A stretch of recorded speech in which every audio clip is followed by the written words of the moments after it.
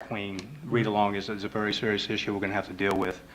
And so what I'd like to do is I'd like to have Kevin pull up a picture for me.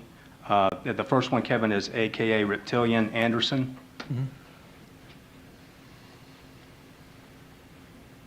And I'm just going to show a couple of the entertainers that were involved mm-hmm. in the Space Coast Pride Parade and Festival a couple of weeks ago.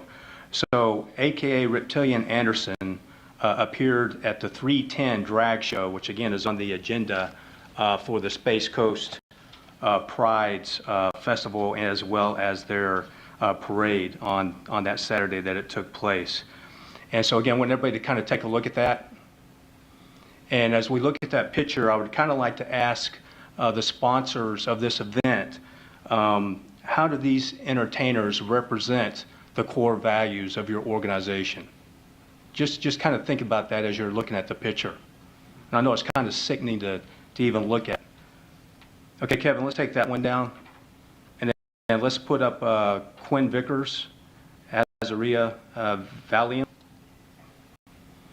Okay, so this is Quinn Vickers. She performed or he, whatever, performed at the 1:10 p.m. drag show. Okay, now, and this is really sad, folks. Okay, if you look at the print over there to your right, so Quinn admits to just recently getting out of a mental hospital. Okay, is trying to start a GoFundMe page because he doesn't have money for his medication. Okay, and so again, the sponsors of these events, this is what we're sponsoring. These are the folks that are basically in the adult entertainment industry that we're exposing our families and our kids to.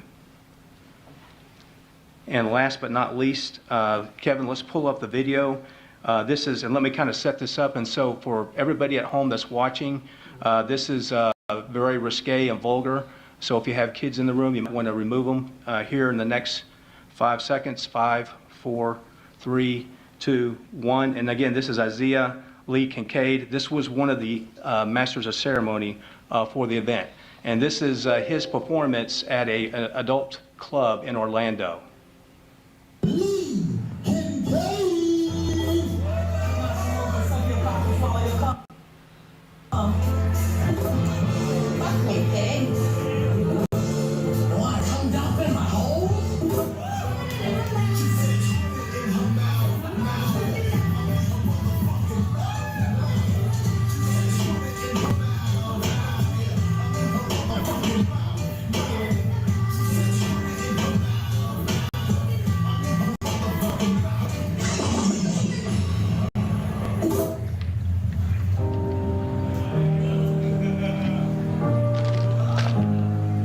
Kevin, I think that's enough. That's enough with that one.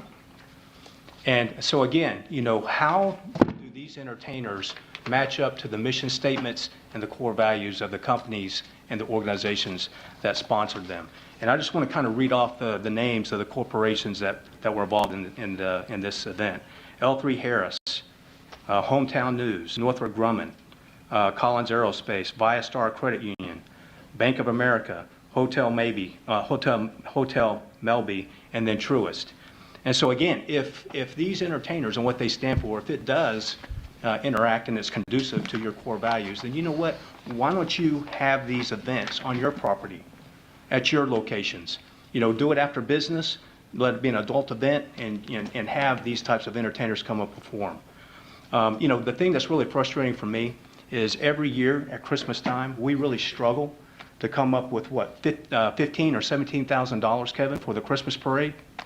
Okay, and if you look at all the money that's been donated to this parade and this festival, it's easily over $35,000. And we had to cancel the Christmas parade a couple years ago because we couldn't come up with the money. And again, that to me, the Christmas parade is a diverse event where we've had people of mixed ethnicities, of different genders, of different sexual preferences that all come together under the guise of the Christmas parade, and that unifies people versus what we're seeing here. And so, there's nothing new under the sun. And so what we're going through right now is nothing different than what a lot of municipalities are having to deal with themselves. And there's a great article and a publication called the Federalist. And actually, the story comes from Ocala, Florida, not too far from here, and they're having the same problem with the lady drag show read-alongs. And so there's a couple of things that they're looking at as leaders to try to stop this and and support people's First Amendment right to speak, but also not tolerate lewdness that exposes children to inappropriate sexual behavior. And one of the things that they're looking at is, again, instruct police to enforce public indecency. Just from the folks that came last city council city council meeting and spoke at the podium, they talked about condoms being passed out. They talked about dildos being passed out. They talked about the lewd and nasty dancing that was taking place on floats, again, with children around. So again, we have really got to use our police to enforce indecency laws that should be on the books, and any person that conducts or performs an obscene show or is passing out condoms or dildos or whatever the case may be, you know what, that's a misdemeanor. They go to jail. And okay, so let me respond to that real quick. And Mayor, okay, let me go ahead and finish. Go ahead. Okay, please, sir. And the other thing too that we need to do, so if we're gonna, if this happens again, and hopefully they don't, we need to make sure that we're using our social media to notify the public, notify the residents that this event's going to take place, and give them give our residents the information that they need. So if they don't want to come downtown and expose their families to it, they don't have to. And I would also like to see when we do that we also notify the residents of the sponsors that are involved of these events. So again, the residents can make a determination on how they want to use their dollars with these sponsors that support this type of activity. And last but not least, the last thing is, again, welcome constituents to make their voices heard. And the way we do that is encourage residents, if they want to have another event that's in competition with it off to the side, peaceful, but to draw attention away from what's going on, and also to draw attention to what they're trying to present to a family-friendly environment, then so be it, as long as it's peaceful. And they're upholding all laws and our ordinances as far as the city of Melbourne is going. But I really hope, I look forward to hearing what the city staff is going to present back to us here in the short term about what we can do to make sure that what happened a couple of weeks ago doesn't happen again. So, okay. Mayor, I defer to you. Okay, yeah, absolutely. And I think, Mr. Thomas, we probably agree on the majority of this. That in the downtown Melbourne, or in Melbourne, we want family-oriented, programs or any kind of any event that goes on. But a couple things you said, I do not agree with you. Number one, you said city-sponsored event. The city did not sponsor this event. We did not give money to this. We didn't do any of that. This was a private event that they paid for. They paid for the police officers. They paid for the code enforcement. They paid for the fire. So they paid for that. So I would say, as mayor, definitely we would not sponsor this, or I would not be, I think we agree that we would not sponsor this. I think at the end of the day, you indicate there's a problem around the state. If there's a problem around the state, then the state representative should bring this and maybe make a bill, because we follow state law. If there was a law on the books that says, you can't have this, we'll follow it. Absolutely. But I agree with our city staff that's already said this is a constitutional-based issue. Another thing you indicate, what they may do on their own time. What you put tonight is something, probably finding information, pictures on these people, which I don't even know them. I'm not standing up for them. But what I did put up last meeting is the actual event that happened. The picture of the person dressed as a woman on stage reading a book. I do know there was a lot of video shot there. There was not one instance that's been even brought to my attention of all these allegations of things brought up, like you were saying, condoms or whatever. Because I would hope that our police department would have handled that, because in my opinion, that is a violation of our city ordinance, and that would have to be dealt with quickly. I know our police department reported no issues whatsoever. So we can look at this all day long. I would probably think also that the sponsors probably in the future probably don't want to be a part of this. And I would probably agree with you that if they don't change you know, their scheduling in the future, they probably won't have many sponsors. Because I don't think many of the sponsors, or I would as a business owner, want to be caught up into this. So I think this may be a problem that solves itself in relation to that. But I would ask anybody, if they got video of stuff that happened, bring it forward. And Marilyn, let me just say that. Yes, please. No, and this is a discussion. I have yeah. also reached out to the folks that were public speakers the last meeting, and I've asked for their video that they shot and their photographs, and that will be coming. Okay. And so, we'll see it. And so, you mean to tell me that those folks that came up to the podium and told us what they saw, you're saying they're lying? Never said that. Okay. But so, I trust but verify. So what are you saying then, Mayor? Are you saying our police do a good job? I mean, apparently, because we had, no, hold on, we had multiple police officers and sheriff's deputies that were there, that if something like that, I would hope it would have been addressed there. But here's the problem, Mayor. We do so many of these events that I think we're overwhelmed with the resources that are required to support it. And so therefore, for this event in particular, we probably didn't have enough police there to actually see the whole parade route and see what was going on all the time based on what we heard from the witnesses that were here last city council meeting that told us what they saw. Well, I would say if there wasn't enough police or deputy sheriffs, then they wouldn't have had the event, because they were required by code to have that many officers and deputies. If they don't have that is canceled. And we've been on the cusp of canceling other events because they didn't have enough. Either their insurance wasn't right, or they didn't have police officers.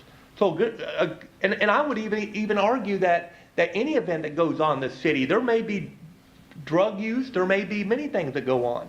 So again, this is not a me disagree with you. What I'm trying to say is we follow the Constitution, and the fact is I don't like, nor you like, the message. But this is a private event, and when you talk about the Constitution, and you and I are both veterans, Mr. Thomas, we serve this country, and we serve for values that we don't agree with. So I think it comes down to a constitutional-based issue. If there is a violation of law, federal, state, or local laws, or our ordinance, when it comes to adult entertainment, we both agree that our police will act. Matter of fact, you and I command them to act. So, I think we look at it and we go, look, you and I don't agree on the message here, but I'll tell you right now, I stand for the Constitution. So Mayor, let me ask you this question. So if what we heard was true a couple of weeks ago from what our residents came up and told us about what they saw at this parade, and there was people out there that were passing out dildos or condoms. Okay, so what do you think should happen to them? Well, if violation, they should go to jail. They should go to jail. Absolutely. And that's what I'm saying. We've got to make sure we've got enough staff there at these events. When that stuff happens, people are getting cited, or they're getting locked up. They're going to jail on the misdemeanor. And I don't think, because again, I think all the stuff that we do as a city, I think we get overwhelmed that sometimes we don't see the forest because of the trees. And I don't think we probably had enough folks there to be able to see everything that was going on Saturday. And maybe that's something we need to take a look at, as far as the number of police that are there to make sure that type of obscene behavior isn't taking place. Well, here's my concern then, because I know we had undercover detectives there. We had police officers and sheriff's deputy. Not one of them saw any of these issues. That'd be my concern, because I trust our law enforcement. I trust our police department. I trust our deputy sheriffs. And I wonder why, no one went to jail. Now, someone did go to jail I think they assaulted a deputy, but that wasn't, I don't know if it was related to this, but I'm just saying. They're out there doing their job. I mean, we have a big city where things go on everywhere. Drug dealing, and I'm just saying, there's prostitution, there's that everywhere. I still think at the end of the day, the way you solve this is you get a state bill, and a state bill is run up, and no different than what we just approved on one of our agendas, that they changed the home-based business, and it's state law now, so we adjusted our ordinances to follow state law. That's what we do. We do follow state law. And again, if something is passed, we'll definitely, we follow it. But Mr. Thomas, and the last thing I want to say, I don't disagree with you on what we value here. You know, my grandfather was a preacher. You know, I'm a grandson of a preacher. You know, this whole council supports that we, you know, we have a pastor or a preacher come here and give an invocation every meeting and ask for, you know, for God to watch over us and give us, you know, to work together. That same basis, the foundation is from the Constitution. So again, I am not going to make this a me versus you, Tim. I'm not going to do that. But maybe that's something in the background that, you know, the sponsors need to be made aware, because I'm sure, again, we have some great sponsors. Well, and again, we heard that some of the dancing taking place on the stages or on the floats was vulgar, and some of the dress that was there was obscene. So again, and that's something that the police can handle. And if they saw it, and again, we'll get the pictures and the video to verify Sure. that, and we didn't do anything about it, that's a problem. That's a problem that's got to be addressed. And like I say, do I think it was negligence or just people said, just let them do what they want to do? I don't think that. I think maybe the problem was the event was so big that we just didn't have enough people in the right places to see those things going on. That's what I think. And so, but I think even as leaders, that's still something we should take a look at to make sure that what, you know, our residents came and told us was disturbing to them doesn't happen again. Sure. I mean, it was no different than when people came and they were concerned over the Confederate flag that was being flown downtown or many things. To some people, that was speech that they didn't agree with, and at the end of the day, it still falls under the Constitution of the United States. And at the end of the day, again, that's where I'm going with that. And I would say all our police officers have police body cameras. I mean, we outfitted them for this kind of stuff. I mean, I'm sure that maybe somebody can review all those if that's what we need to do. Well, I mean, I just hope, you know, folks, our residents, they take a look at these pictures that were shown, and maybe we can put them on the website or give them the links where they can look them up themselves and let them see if this is what we want to continue. So then I got a question for you. Then I'm gonna throw, and this is just a thought. I'm trying to pick your brain. So then you're talking about pictures of the people that showed up and they whatever they did, they were part of the act or whatever. I don't know. Mm-hmm. But now you're saying, well, this is what they've done in the past, therefore we don't agree with them. So do we go a step further and say, well, if you're a convicted felon, you're not welcome in the city of Melbourne, or you can't do something? I'm just asking, because I go by what they're doing at that time, what they're wearing, how they're acting, not about, well, somebody 15 years ago got on a stage and act like a fool. Well, it's a fact that most of these lady drag, whatever you want to call them, drag ladies, they're adult performers. I mean, you just saw the one right there that was the MC for the event on Saturday. He's an adult performer, and that's what he does. He goes to strip clubs, goes to adult clubs, and performs, does these lewd, vulgar acts. And so again, do we want that replicated in our city? You know, do we want those folks here? And I don't think the residents, they want that, and that's why it's incumbent upon our staff to come up with some way, and if they can, then tell us they can't, and you're right, then we have to go to the state legislature, maybe the governor, and ask him to do something. Maybe one thing we take a look at is, you know, we come up with a law that says to go to a drag queen show, you've got to be 18 years of age. Okay, if we do that, then that stops children being able, or anybody that's not 18 years old, being able to come to these things. So then let me ask you, then that picture that I put up that showed the man dressed as a woman on a stage reading a book, and I don't know if it's a Cinderella outfit, I have no idea, but if you're looking at that, how do you define that? Is that a stripper in your mind? No, because it's not about the book that they're reading, it's about the person that's reading the book. So again, the 3 to 11, because go back and Google what these are intended for. They're intended for kids ages 3 to 11. Okay, so when a kid 3 to 11 is seeing obviously a man dressed up like a woman with boobs and, you know, a man's voice trying to talk like a girl, okay, obviously, you know, they're not going to be fascinated with the content of the book. They're going to be fascinated with the person that's telling the story. And again, this is all about gender fluidity. Trying to make kids question their own sexuality. It's a grooming. This is what this is all about. So then I got another question for you. Then we're publicans, and we both believe in parental choice. Am I right? I mean, that's kind of what we believe in. I believe in the parent should raise the kids. Do you tell the parent that they can't I mean, the 3 or 4 kids that went there, I don't know how many there were, 3 or 4, the parents took them there. Do you tell them that the parents can't take them there? Because then what's next? Is somebody going to tell a parent they can't take their kids to church? Or somebody going to tell, I mean, think about that. Again, these kids just didn't get in the car and drive there. Their parents took them there. So at the end of the day, do we tell the parents they can't do that? Or maybe the parents showed up, and again, because there wasn't enough information that was provided to them ahead of time. I don't know about that. I think when you go there, you kind of know exactly what you're getting. Because I mean, I would, yeah, I'm just saying. Maybe they just showed up, you know, they heard there's Then gonna be they a should parade. leave. I mean, if you got They your. showed up, there's a parade. Well, the parade And was the story, separate. and then the story reading, and they didn't know it was going to be a drag queen. Well, then- Again, if the information didn't get out to the We, families, that's why look, that's we're both important. parents, we both have daughters.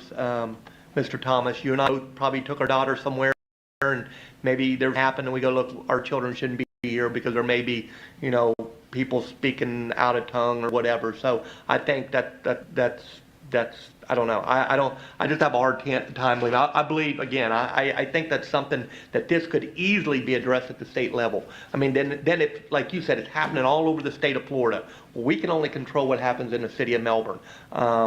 You know, our city attorneys, I mean, if they got something else that, look, we can regulate this or something like that, then so be it. We can go that route. I mean, I would refer to the city attorney and discuss that because, again, I just, you know, I'll go with the Constitution and what I believe, but go ahead, sir. So, Mr. Mayor, I don't know if I have a substantive response to give that tonight. I will just update council, and I'll refer to Shannon as well, that pursuant to your request at the last council meeting, we are actively efforting to respond to some of the questions that were presented at the last council meeting about special activity permitting procedures, you know, requesting additional information. Is there an opportunity for background checks? Is there an opportunity to change regulations as it relates specifically to children's entertainment? And then some of these other questions, right? And if I'm understanding it correctly tonight, there's also potentially a question on security or police staffing levels at special events in general. So certainly add that to the list. So again, we're actively efforting to be able to respond to those questions and hopefully give us the opportunity to pull together those responses and present it back to you. Okay, and that'll work, right, Mr. Thomas? That'll work, and until that's resolved, I would just encourage our residents to have competing events when we know these are happening and find out who these sponsors are and you know, use their adult decisions to, you know, decide whether or not they're going to spend money at those locations. And then I'd like to clear up one more thing that you said, because I don't agree with something you said. You said that when you talked about the Christmas parade, light parade, that was also an event that the city used to kind of partially donate to, and we stopped many years ago. And that's something that I think this council already discussed, that it would come late to us, and, you know, at the last second trying to get money together, and it was like 16 or 17,000. There were issues on trying to get some of the money. I know a couple people reached out to me and said, look, I can take it over, just like Rogeri down at the American Legion did with the parade, and she does a great job every year. I think we agree on that. But I don't agree the fact that, you know, this is a competing or a similar situation, because, you know, that's probably to me the one time, especially around Christmas and the meaning of what it stands for, that, you know, I think it's the best time of the year to get out with your family.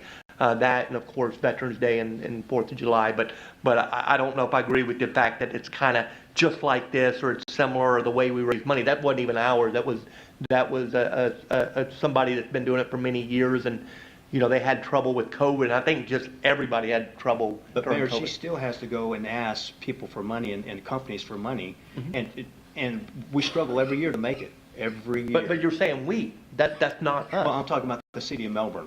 I'm not talking about the city council, I'm talking about the city of Melbourne. But that's not our event.